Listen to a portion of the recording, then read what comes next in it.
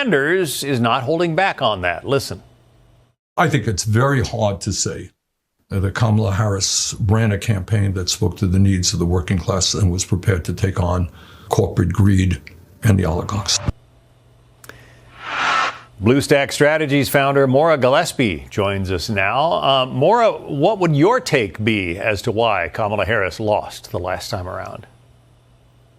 I think in a lot of ways, both she and the Biden administration were gaslighting Americans into thinking that things were going better than they really were.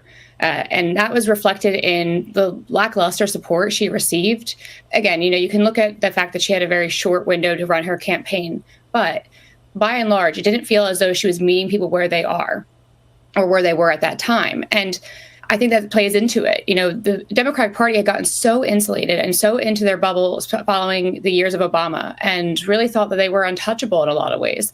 And they found out that they weren't. And so I think that what Kamala Harris failed to do was to recognize the needs of people. And even if she thought the economy was improving and her administration said that they were, the Biden administration said it was improving, Americans weren't feeling it.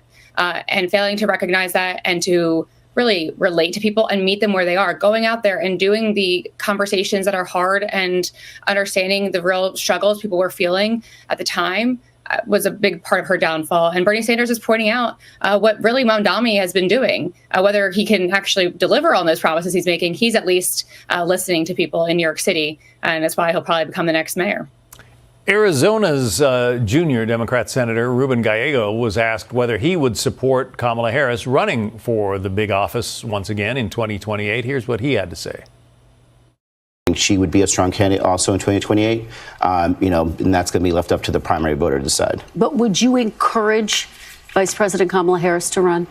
I would probably talk to a lot of candidates and see where they are. I can't say I'll encourage her right now because I want to see what her policy positions are, make sure they align with the voters of Arizona, make sure it's a winning message. But I wouldn't rule it out. He could have said yes. He didn't. Interesting that he said he would talk to a lot of candidates. What do you think, Maura?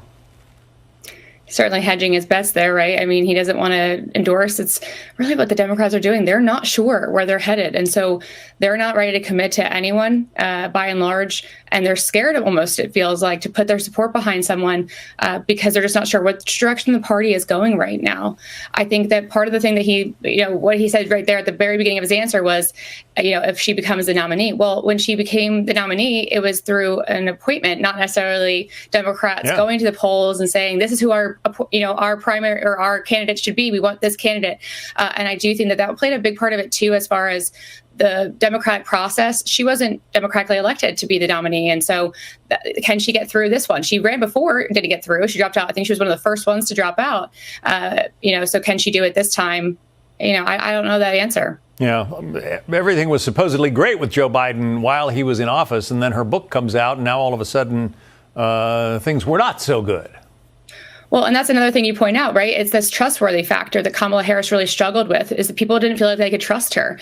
And then you have this book that comes out and it says, oh, so you were just, pretending to go along to get along. I mean, I don't know how voters view that, but I would say that it's the trustworthy factor that certainly rubs people the wrong way. Yeah. Maura Gillespie, BlueStack Strategies. Maura, thank you.